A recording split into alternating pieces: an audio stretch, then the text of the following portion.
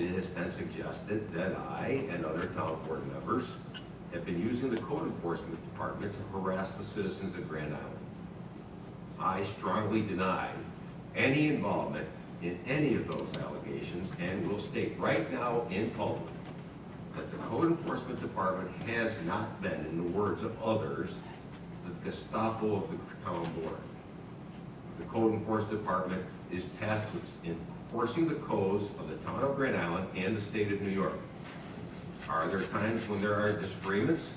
Absolutely.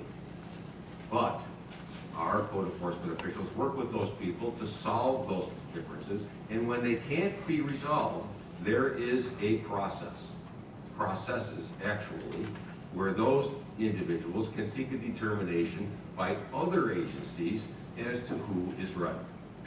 I know there's been a lot of talk about code enforcement on the island, and I've talked about some of that. I want to be clear, the hardest thing in the modern era is to find good talent, to find people who are good at their job. I think we have a code enforcement officer who is very bright and very good at his job. Do I think there was collusion in the past, or that things were done wrong? Again, it's not appropriate for me at this point in this position to speculate, but I will say that I think it's my duty as the supervisor and with the town board's help to set expectations going forward. And I'm going to work with the code enforcement department to set expectations so that the town and everyone else knows that there's no funny business. Is regarding Doug in particular.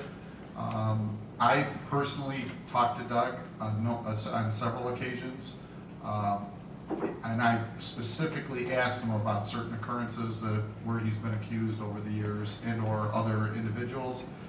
I'm very convinced that he did not do anything inappropriate. He wasn't asked to do anything inappropriate. He was not enforcing against for political purposes. And I am convinced that he's a stand-up guy. There's codes that have to be followed. You go to any town, anywhere, and you're going to find out the least popular guy is the code enforcement guy. Now, is there a way in which we can maybe help prioritize things and maybe make sure that we're focused on the right areas? That's really the town board, and we need to help prioritize what is the top priorities.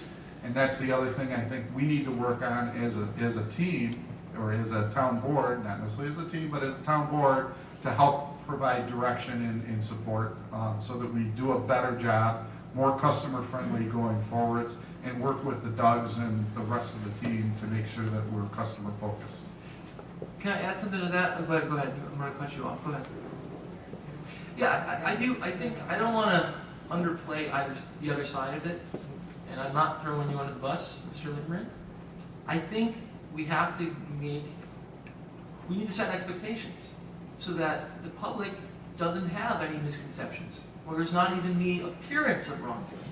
We have to make sure that we are completely transparent, and so there's confidence in the public that they're not being targeted, or that those kind of stories can't arise. We need to work harder at that as a town board.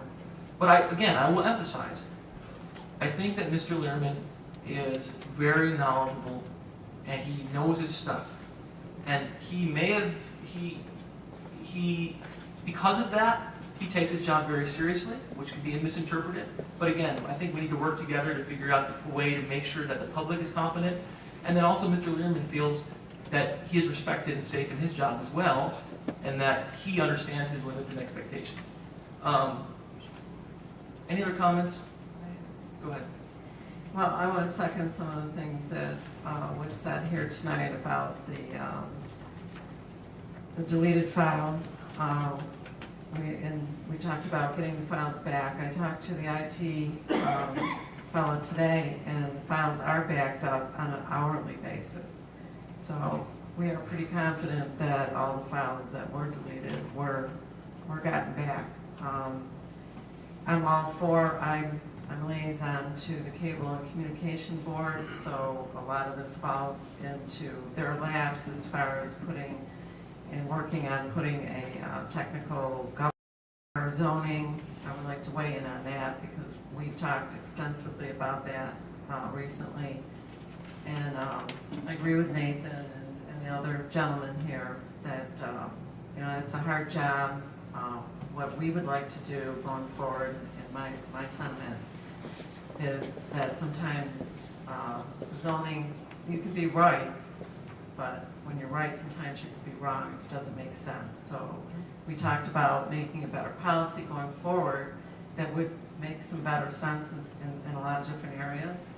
That would make, actually make Doug's job a little easier, because I think clarification is important when you're asking someone to go out and enforce zoning. So, but we are on top of it. We are really learning and trying to do the best thing for Grand Island residents.